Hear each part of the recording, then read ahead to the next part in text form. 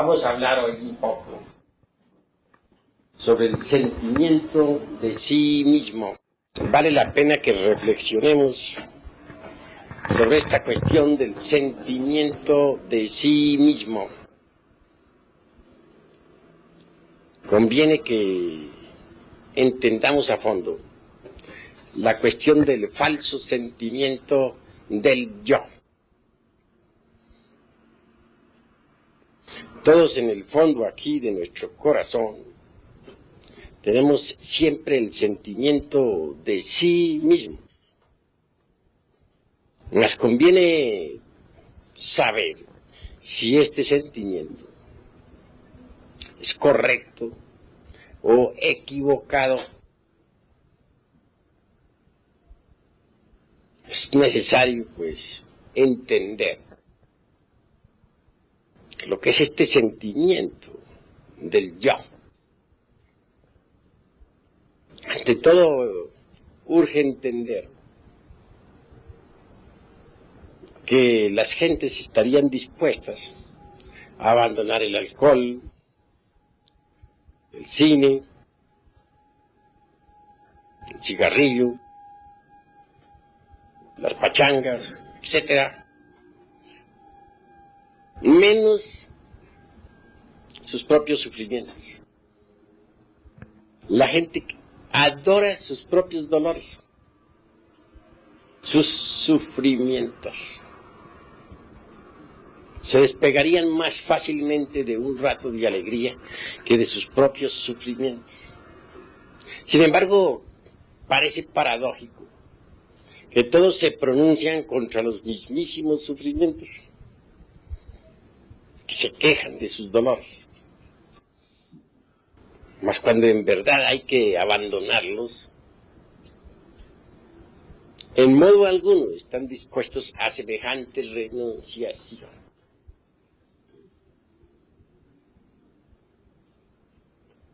Ciertamente, tenemos una serie de fotografías vivientes de sí mismos.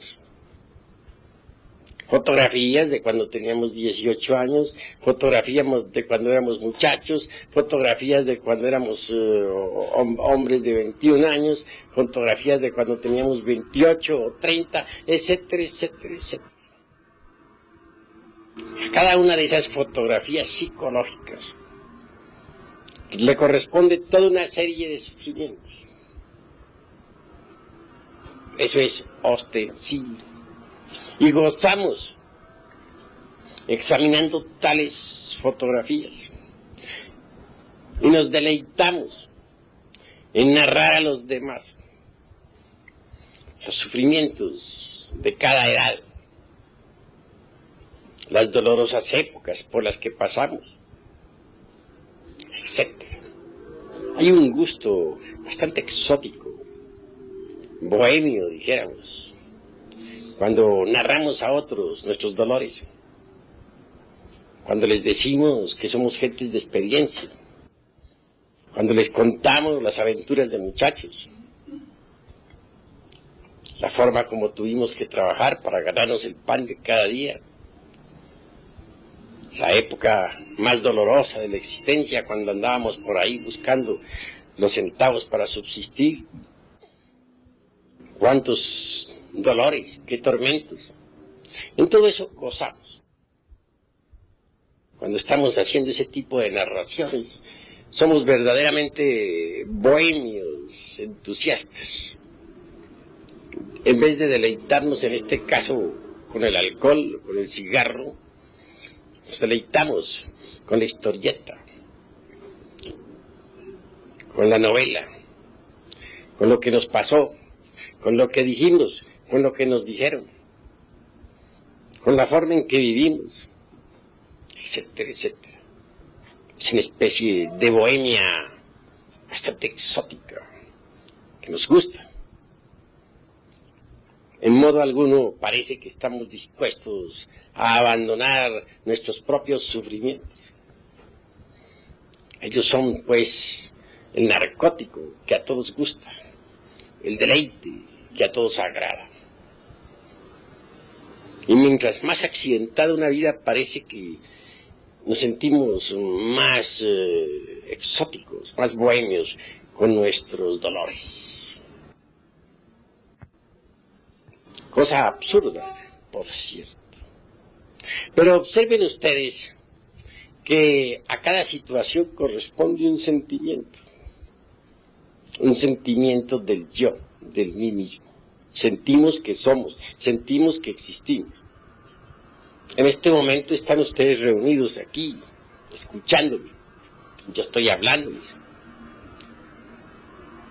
Ustedes sienten que sienten. Tienen aquí en el corazón el sentimiento de sí mismos. Y están seguros de que ese sentimiento es correcto. Posiblemente que sí, están seguros de eso. ¿Acaso ese sentimiento que en este momento tienes, el sentimiento de existir, el sentimiento de ser y de vivir, será el verdadero? ¿O será un falso sentimiento? Conviene que seamos un poquito reflexivos en estas cuestiones. Cuando andábamos por ahí, tal vez en las cantinas, o cuando ambulamos por los cabarets, ¿tendríamos sentimiento? Sí, es obvio que lo tendríamos. ¿Y ese sería el correcto? A cada edad corresponde un sentimiento. Porque uno es el sentimiento de uno cuando tiene 18 años y otro el que tiene cuando tiene 25. Otro es el sentimiento de los 30 y otro el de los 35. Y un anciano de 80 años indudablemente tendrá su propio sentimiento. ¿Cuál de ellos será el verdadero? Y es algo muy tremenda esta cuestión del sentimiento de sí mismo. Porque uno siente que siente, uno siente que existe, uno siente que vive, uno siente que es, uno siente que siente. Tiene corazón y siente. Y dice yo. Pero son muchos los yoes. ¿Cuál de los sentimientos será pues el exacto? Reflexionen ustedes un poco en esta cuestión. Piensen. Vale la pena tratar de comprender esta cuestión.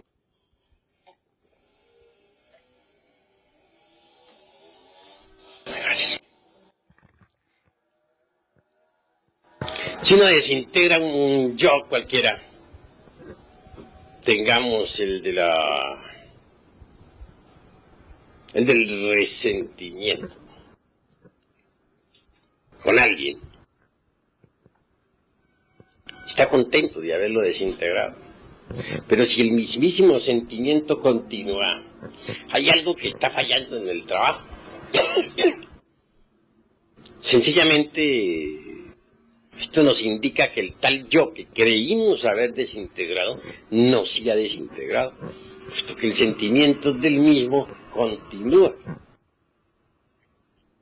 Si perdonamos a alguien, y más aún si calificamos, y más aún si cancelamos, dispensen, el dolor que si alguien nos ha producido, pero continuamos allá con un sentimiento igual, pues esto nos está indicando que no hemos cancelado pues ese agravio, o ese mal recuerdo, o esa mala acción que alguien nos produjo. El yo del resentimiento continúa vivo. Estamos tocando un punto muy delicado, puesto que todos estamos en el trabajo de sí mismos y sobre sí mismos.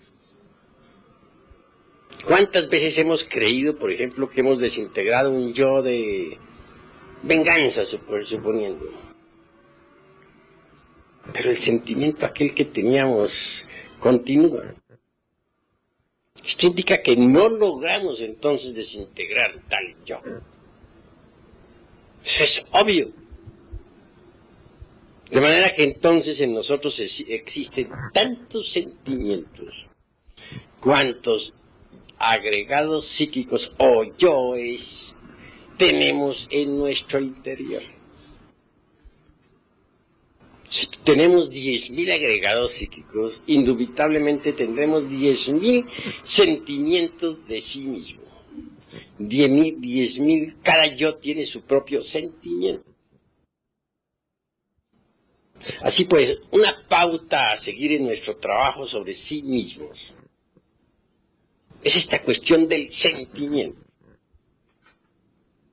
Intelectualmente podremos haber aniquilado el yo del egoísmo, pero ¿continuará acaso existiendo en nosotros el sentimiento del egoísmo? Ese sentimiento de primero yo, y segundo yo, y tercero yo.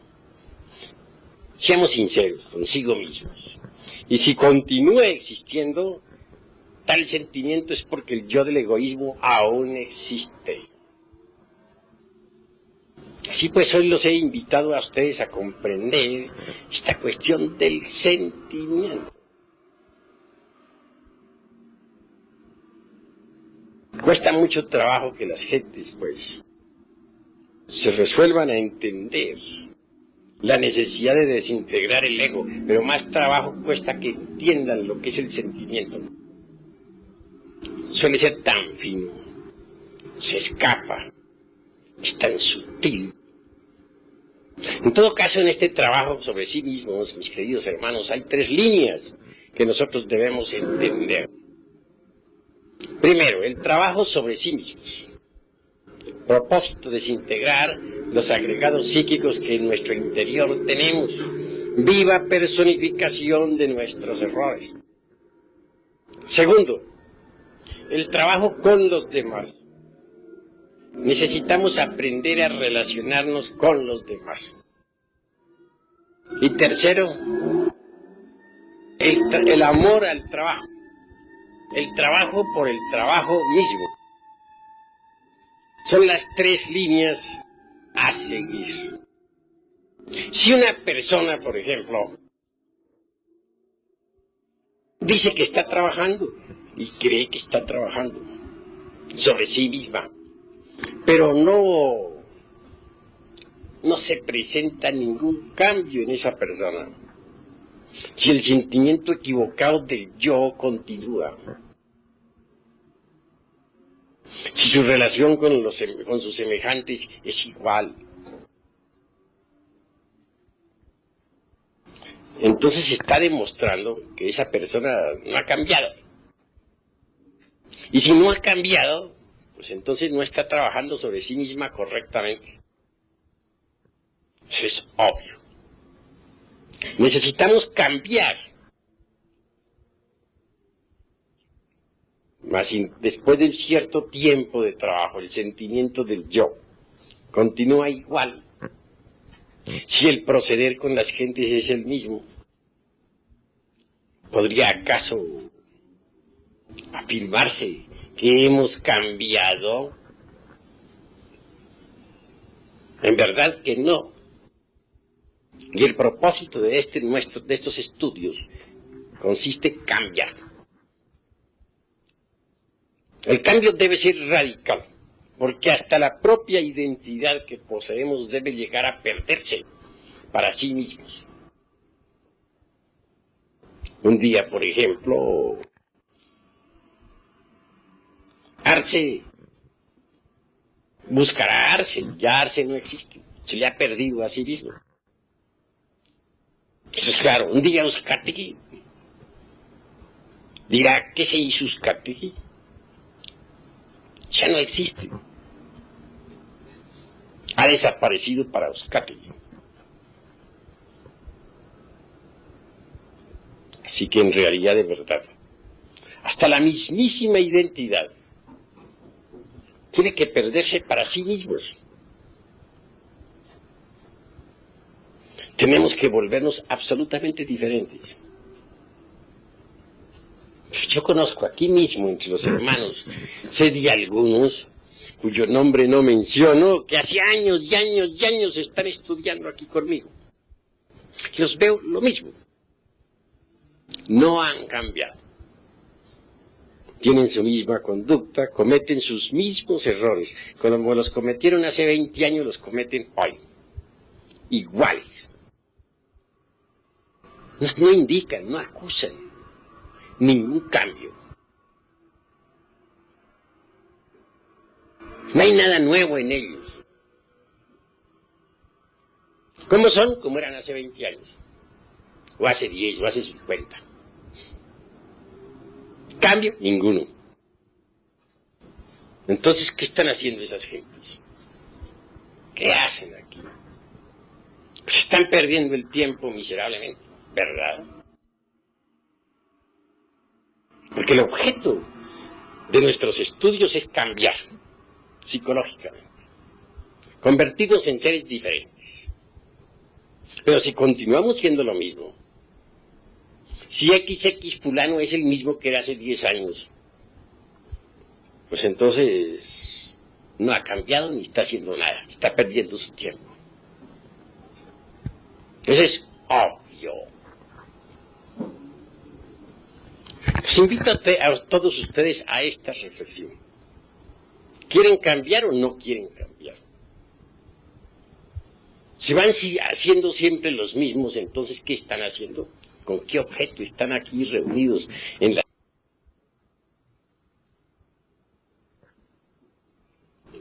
Hay que ser más reflexivos.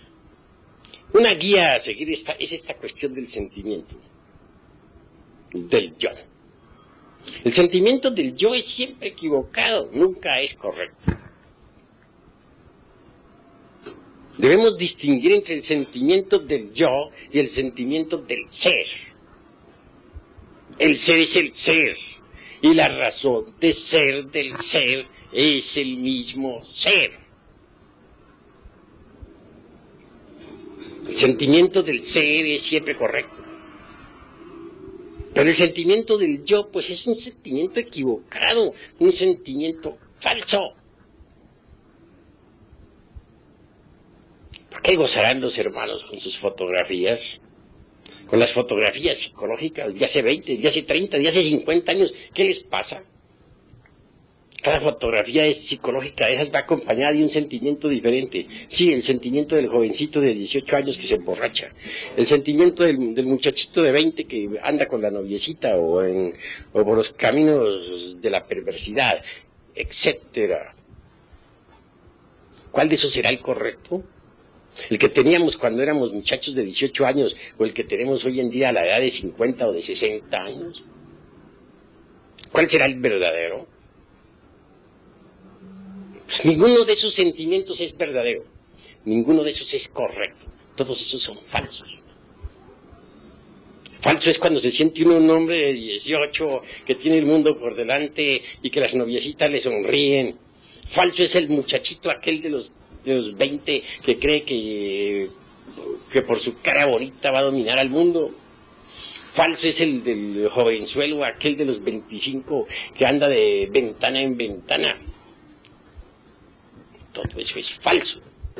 ¿Cuál de esos sentimientos sería el real? Solo la conciencia nos puede dar un sentimiento real. No olviden ustedes que entre la conciencia y el ser no hay mucho distanciamiento que se diga. Son tres los aspectos de la vida. El ser, que es sat en sánscrito, la conciencia, chit, y la felicidad, ananda. Pero la conciencia real del ser, que no está muy distante del ser en sí mismo, se encuentra enfrascada entre toda esa multiplicidad de agregados psíquicos que personifican a nuestros errores y que en nuestro interior cargamos. Solo ya puede darnos un sentimiento correcto. Pero ese sentimiento sería cruel para los demás. Porque los demás están enfrascados en falsos sentimentalismos que nada tienen que ver con el verdadero sentimiento del ser. El Sentimiento de la conciencia objetiva real es lo que cuenta, es lo importante. Pero para poder tener nosotros ese sentimiento verdadero de la conciencia real y objetiva, necesitamos antes que todo desintegrar los agregados psíquicos. A medida que vayamos desintegrando los diversos agregados, viva personificación de nuestros defectos, la voz de la conciencia se irá haciendo cada vez más fuerte. El sentimiento del ser, es decir, de la conciencia, irá sintiéndose cada vez más y más en forma intensiva. Y a medida que vayamos sintiendo con la conciencia, nos daremos cuenta de que, el falso sentimiento del yo nos conduce al error. Mas esto es sumamente fino, sumamente delicado, porque en la vida todos nosotros hemos sufrido demasiado. Eso es obvio. También hemos marchado por el camino del error. Eso es patético. Y en todos los aspectos de nuestra vida, en cada proceso, en cada instante, hemos sentido aquí en el corazón algo que se llama sentimiento. Ese algo lo hemos siempre considerado como la voz de nuestra conciencia. Lo hemos considerado como el sentimiento de sí, como el sentimiento real al cual hemos obedecido, como el único que puede conducirnos por el camino recto, etc. Mas desgraciadamente hemos estado equivocados, mis queridos hermanos. Como prueba de nuestra equivocación es que más tarde hemos tenido otro sentimiento completamente diferente, totalmente distinto. Y mucho más tarde otro sentimiento más distinto. Entonces, ¿cuál de los tres era el verdadero? Entonces hemos sido víctimas, todos, de un autoengaño. Siempre nos ha guiado a nosotros, o siempre hemos confundido al sentimiento del yo con el sentimiento del ser. Hemos sido víctimas de un autoengaño. Y aquí no puedo hacer excepciones. Hasta yo mismo marché por el camino del error cuando creí que el sentimiento del yo era el sentimiento del ser. No hay excepciones. Todos hemos sido víctimas del autoengaño.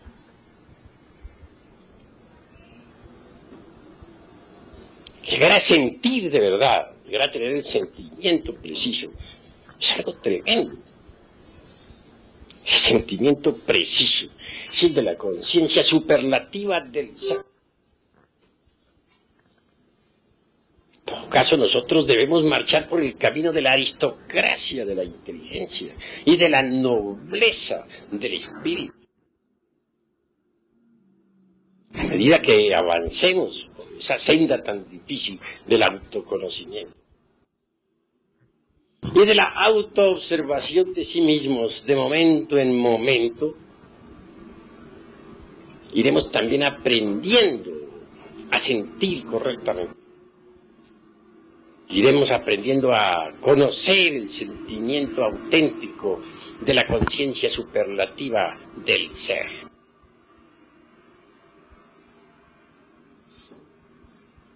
El ser para nosotros es lo que cuenta. Es lo importante. Y el sentimiento juega gran papel en esta cuestión del ser. Pero muy hondo papel. ¿Cuántas veces creímos que andábamos bien por el camino de la vida, guiados por el sentimiento vivo de una auténtica realidad? Y sucedió que entonces andábamos peor que antes, que nos guiaba un falso sentimiento, el del yo. Hay personas que no son capaces de despegarse del falso sentimiento del yo, jamás. Tienen una serie de fotografías sobre sí mismas que no abandonarían por nada de la vida, ni por todos los tesoros del mundo. gozan con sus dolores, y renunciar a ellos sería peor que la muerte misma. Las gentes viven quejándose y gozan en las quejas, y nunca abandonarían sus dolores. Es terrible esto que les estoy diciendo, doloroso, pero es la verdad. Por un falso sentimiento del yo podemos perder toda la existencia íntegra. Porque si pasan los 20 años y los 30 y los 40 y los 50 y los 60 y llegamos a los 80, si acaso llegamos, porque muchos mueren antes de los 80, por ese mismo falso concepto, falso sentimiento del yo, para ser más claro. Y ese falso sentimiento que tenemos del yo nos embotella completamente en el ego. Y al fin morimos sin haber dado ni un paso adelante. Por lo común las gentes, al enfrentarse a la vida, no reciben las experiencias directas en la conciencia. No. Tienen una serie de preconceptos, prejuicios en la mente terribles. Cualquier reto, pues es de inmediato, dijéramos, escudado por algún prejuicio o preconcepto. Todo lo que sucede en la vida llega no directamente a la conciencia, a toda esa multiplicidad de prejuicios que tenemos dentro, a toda esa diversidad de sentimientos equivocados y contradictorios, pero nunca la conciencia. Y en consecuencia, pues, permanecemos dormidos toda la vida.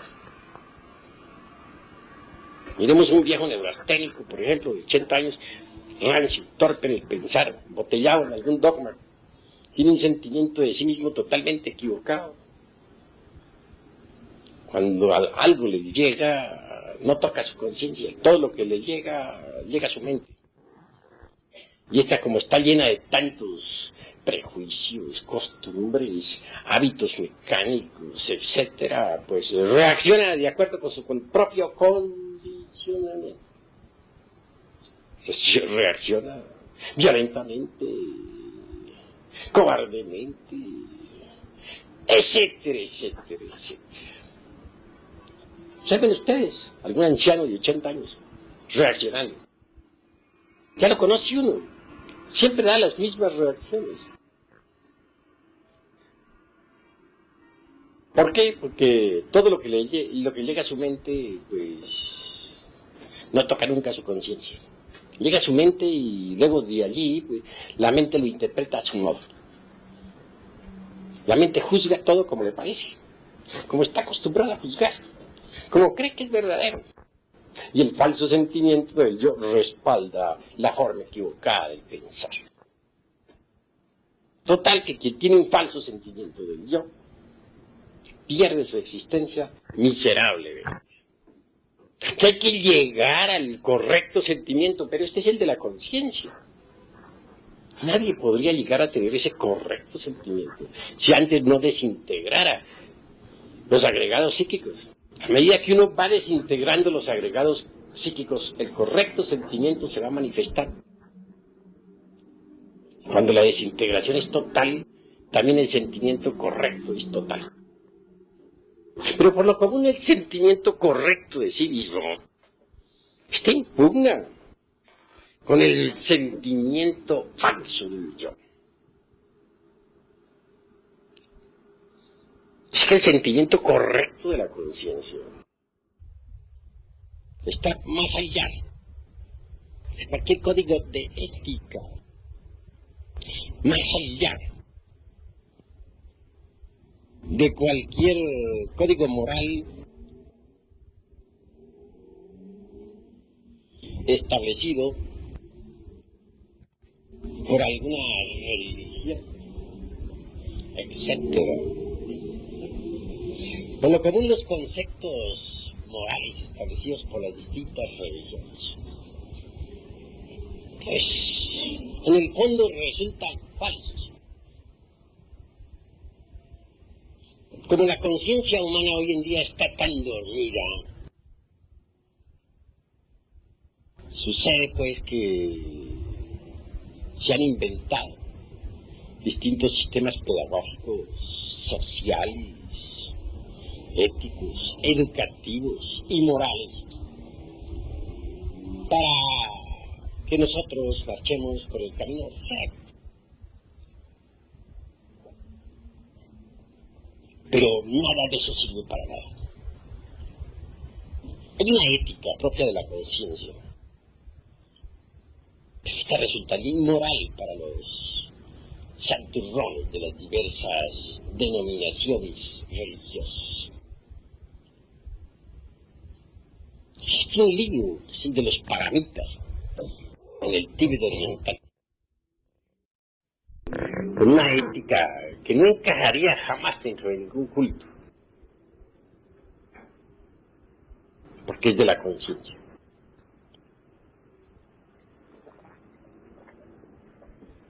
Y no me estoy pronunciando contra ninguna forma religiosa, únicamente contra ciertas formas o contra ciertos, dijéramos, armazones oxidados, dentro de los cuales está embotellada hoy en día la mente y el corazón. Ciertas estructuras caducas y degeneradas de falsa moral convencional. Para eso es que me estoy pronunciando. En estos estudios no se trata de seguir o de vivir de acuerdo con ciertas formas petrificadas de moral. Aquí lo que se debe desarrollar es la capacidad de la comprensión. Nosotros necesitamos constantemente enjuiciarnos a sí mismos, con el propósito de saber qué tenemos y qué nos falta. Hay mucho que debemos eliminar y mucho que debemos adquirir si es que queremos marchar por el camino recto. Mas el sentimiento equivocado del yo no permite a muchos avanzar por la difícil senda de la liberación. Siempre se confunde a ese sentimiento equivocado del yo con el sentimiento del ser. Si no abrimos bien los ojos, como se dice, el sentimiento equivocado del yo puede hacernos fracasar a todos en la presente existencia.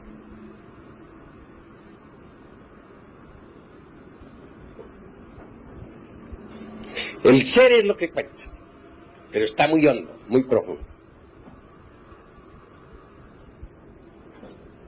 Realmente, el ser en sí mismo es la mónada interior. Recordemos a Leibniz y sus famosas mónadas. La mónada en sí misma es lo que podríamos denominar en hebreo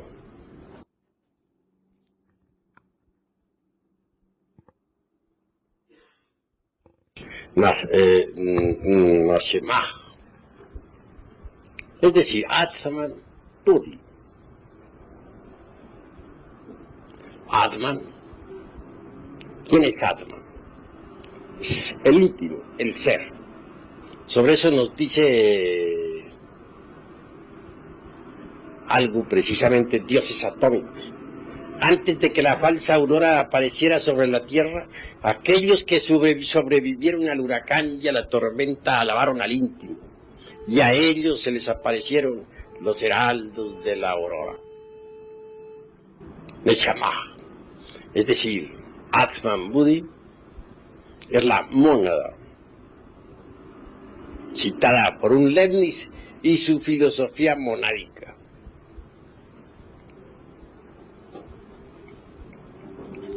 Na Atman, pues el íntimo. Buddhi es el alma espiritual, la conciencia superlativa del ser. Los dos integrados constituyen la mónada. Es eso, obvio. La mónada a su vez se ha desdoblado en el alma humana. Es el mana superior de los orientalistas. Esa alma humana en principio es germinal completamente, pero de ella por desdoblamiento ha resultado la esencia, que es lo único que los animales intelectuales tienen dentro, encarnado. Esa esencia está enfrascada entre los diversos agregados psíquicos que en nuestro interior llevamos. En hebreo, Neshama es precisamente Atman. Atman en su parte inefable. Buddhi es Ruach. Y Atman Buddhi se dice Ruach en general. Nefesh es el alma humana, o alma causal, de donde deriva precisamente la esencia que cada cual tiene en su interior. Esa esencia hay que despertarla, es la parte de conciencia que tenemos dentro. Esa esencia hay que ponerla en actividad. Desgraciadamente está dormida, está metida entre los agregados psíquicos inhumanos que en nuestro interior cargamos. Por desgracia. Es necesario entender que cuando uno trabaja sobre sí mismo, entra por el camino de la revolución de la conciencia. Aspira algún día a recibir los principios anímicos y espirituales, es decir, a convertirse en templo de la mónada interior. Porque es obvio que una esencia desarrollada, desenvuelta, despierta, se integra, se fusiona completamente con el alma humana en el mundo causal. Mucho más tarde viene lo mejor, el desposorio, la integración de esa alma humana con la mónada. Cuando eso sucede, el maestro se ha autorrealizado totalmente. Así que lo que tenemos, que es la esencia, debe ser trabajada. Debemos empezar por desembotellarla, por desenfrascarla. Es una fracción del alma humana en toda criatura. Y hay que despertarla, porque está dormida entre cada uno de los agregados psíquicos que en nuestro interior llevamos. Esa esencia tiene su propio sentimiento correcto. Es diferente, completamente diferente del falso sentimiento del yo. Esa esencia realmente, con su sentimiento, emana de la verdadera alma causal o alma cósmica. Si el sentimiento que la esencia tiene es el mismo que tiene el alma cósmica, el mismo que existe en el alma espíritu, el mismo que existe en el íntimo o Atman. Cuando uno entra por este camino, descubre que se ha metido por la senda de la revolución de la conciencia. Y la revolución de la conciencia es tremenda, porque trae de hecho aparejada la revolución intelectual y la revolución física. La revolución de la conciencia provoca una serie de revoluciones intelectuales extraordinarias. Y a su vez, como resultado, aparece la revolución física. En alquimia, por ejemplo, se habla de la reincrudación del cuerpo físico, de la invulnerabilidad y de la mutación. Es obvio que aquel que ha conseguido el despertar total, aquel que ha logrado la iluminación, puede alimentarse con el árbol de la vida. Y de hecho, su cuerpo físico, si así lo quiere, puede volverse invulnerable, mutante. Y eso lo consigue mediante la reincrudación alquimista. Un iluminado sabe muy bien cómo se logra la reincrudación. Así son tres revoluciones en una. La de la conciencia, que trae aparejada la revolución intelectual, y la otra, la revolución física. Los grandes adeptos de la conciencia, esos que lograron verdaderamente el despertar, son iluminados. Muchos de ellos son inmortales. Recordemos nosotros a nada menos que Sanat Kumara, el anciano de los días, el fundador del Colegio de Iniciados de la Blanca Hermandad. Trajo su cuerpo físico a la Tierra, vino desde Venus. Ese gran maestro, habiendo ya pasado más allá de toda necesidad de vivir en este mundo, se ha quedado en este mundo para ayudar a los que marchan por la rocallosa senda que conduce a la liberación final. Sanat Kumara es alguien que puede sumergirse totalmente entre el océano de la gran luz, pero ha renunciado a toda dicha para quedarse aquí con nosotros, y está con nosotros, por amor a nosotros.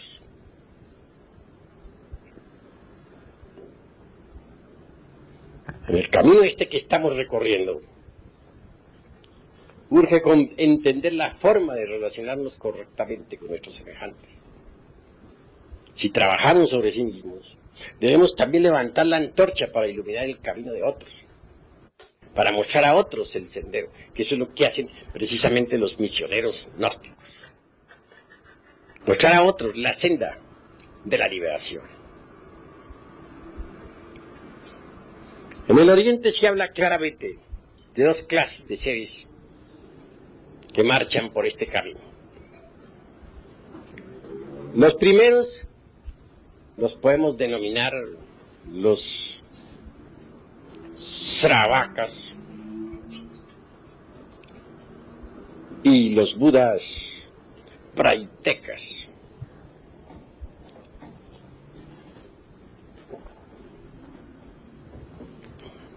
Obviamente, ellos son ascetas. Saben que el falso sentimiento del yo lo conduce a uno al fracaso. Lo entienden. Se han preocupado por trabajar intensivamente sobre sí mismos. Han hecho sus votos. Algunos de ellos hasta han diluido el ego. Pero no trabajan por los demás. No hacen nada por el prójimo. Estos Budas Praitekas y Sravakas obviamente gozan de cierta iluminación y de cierta felicidad. Mas nunca han llegado en realidad de verdad a ser verdaderos bodhisattvas en el sentido más estricto de la palabra.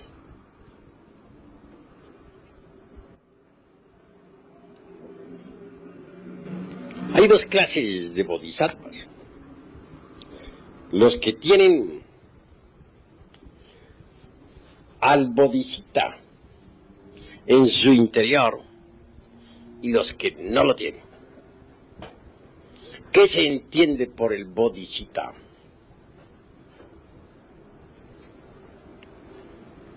O bodhisattva. Sencillamente,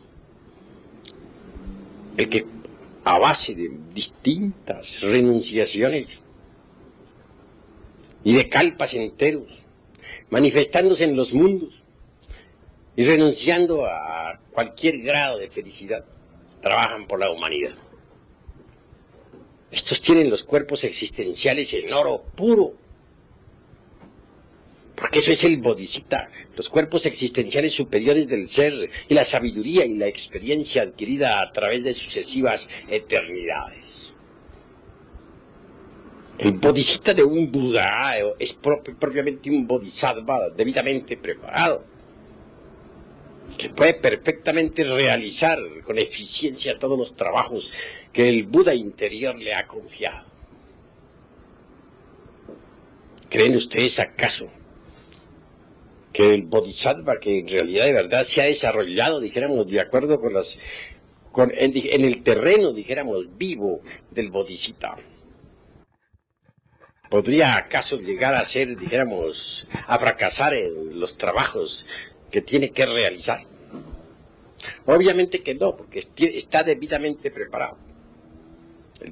Se entiende por bodhisattva precisamente todas esas experiencias, todos esos conocimientos adquiridos a través de las edades, los vehículos en oro puro, la sabiduría patente del universo. Obviamente el bodhisattva provisto de tal bodhisattva se manifiesta a través de distintos mahamantaras y a la larga viene a convertirse verdaderamente en un ser omnisciente. La omnisciencia es algo que hay que conseguir, que hay que lograr, que no se, en modo alguno nos viene de regalo. Es el producto de distintas manifestaciones cósmicas y de incesantes renunciaciones. El bodhisattva que posee pues dentro de sí mismo al bodhisattva, es decir, a todas esas sumas de conocimientos, experiencia y vehículos de oro, etc., jamás se dejaría guiar por un falso sentimiento del yo. Pero este falso sentimiento del yo suele refinarse espantosamente. Hay individuos que han logrado muchos refinamientos espirituales y sin embargo aún son víctimas del falso sentimiento del yo. Entender esto es básico en la gran obra. Es fundamental. Todos tenemos derecho a aspirar a la iluminación, pero tampoco debemos codiciar la iluminación. Antes que codiciarla, debemos nosotros preocuparnos por la desintegración de los agregados psíquicos que en nuestro interior cargamos. Vigilar en forma intensiva ese falso sentimiento del yo. Aniquilarlo, porque puede estancarnos. Puede llevarnos al autoengaño, puede hacernos pensar que vamos muy bien, puede hacernos creer que es la voz de la conciencia, cuando en realidad de verdad es la voz del ego.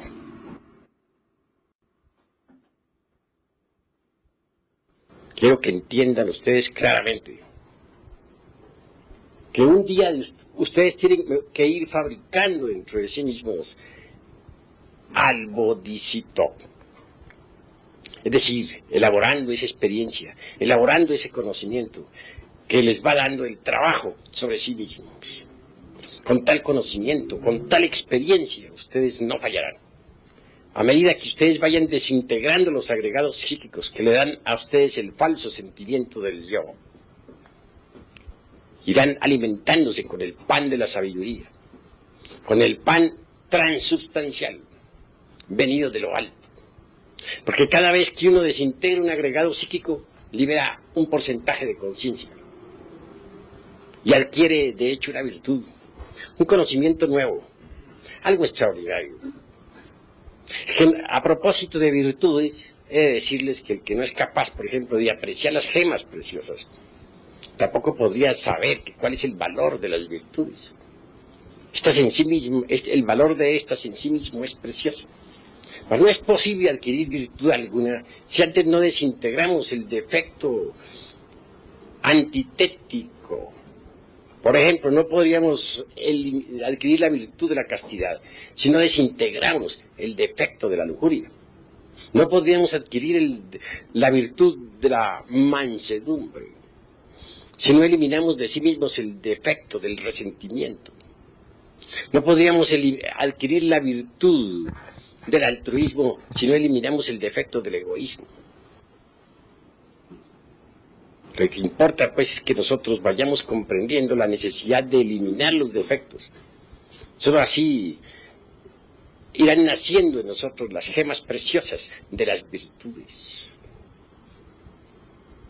En todo caso, el objetivo de esta plática hoy ha sido llamarle la atención sobre el falso sentimiento del yo. Tendrán que ustedes aprender a sentir la conciencia, a tener un correcto sentimiento de la conciencia superlativa del ser. Esa conciencia superlativa emana o deviene originalmente de Atman, el inefable, es decir, del íntimo, del ser.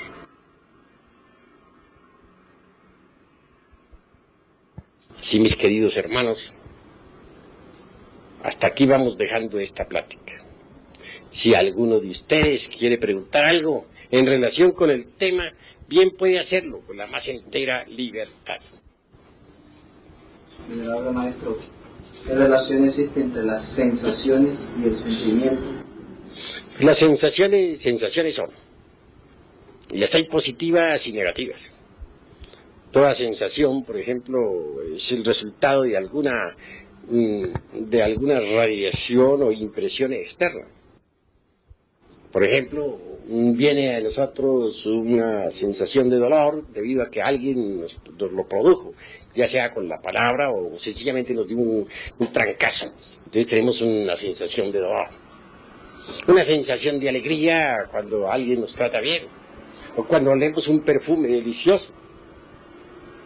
En todo caso, las sensaciones son sensaciones, pero el sentimiento se lleva en el corazón. Es diferente. Va en el centro emocional. Y nunca se debe confundir al sentimiento auténtico del ser, del alma, de la mónada, de la esencia, etcétera, del ser en general, con el sentimiento del yo. Cada yo tiene su forma de sentimiento. Y por lo común, esos sentimientos del yo nos llevan al fracaso. ¿Alguna otra pregunta?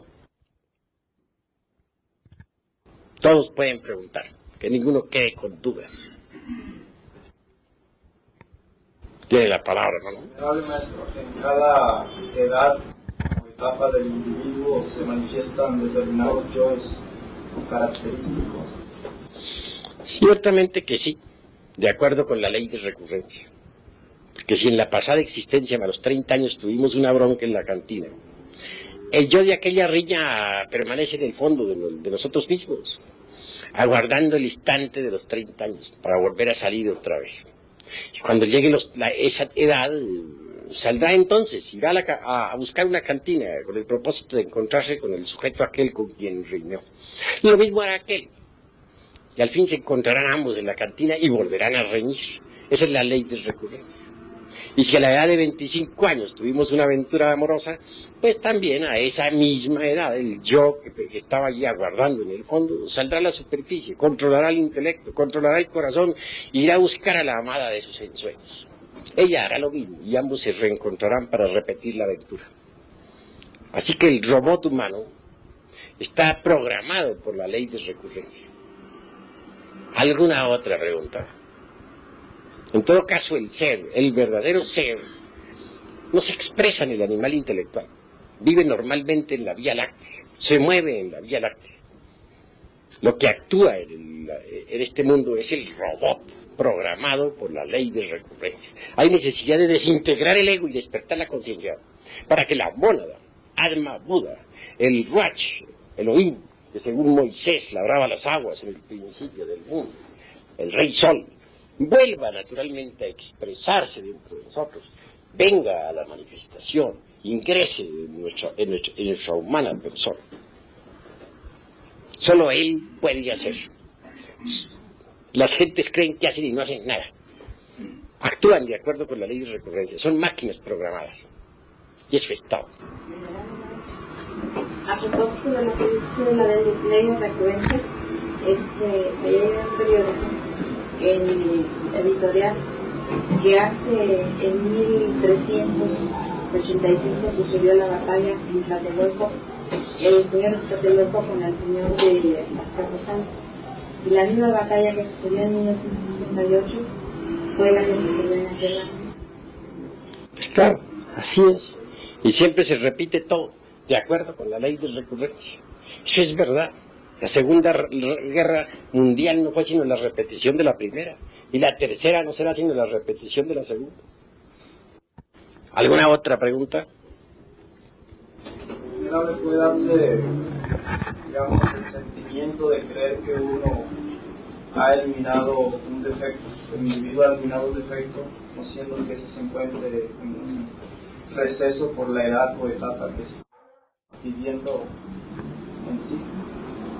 Sí puede creerse que se ha eliminado tal o cual defecto psicológico, pero si el sentimiento de ese yo continúa en nosotros, significa que no ha sido eliminado. De manera que esa es una forma que nos permite, esta cuestión o este conocimiento nos permite a nosotros saber si hemos eliminado tal o cual yo. Es un patrón de medida que nos permite descubrir si hemos o no hemos eliminado tal o cual agregado psíquico.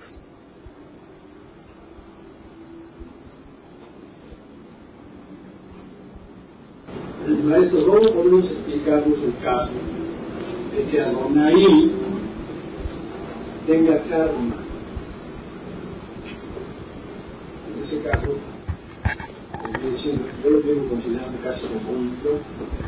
Bueno, Adonai, el hijo de la luz y de la alegría, no tiene, que yo sepa, no tiene karma.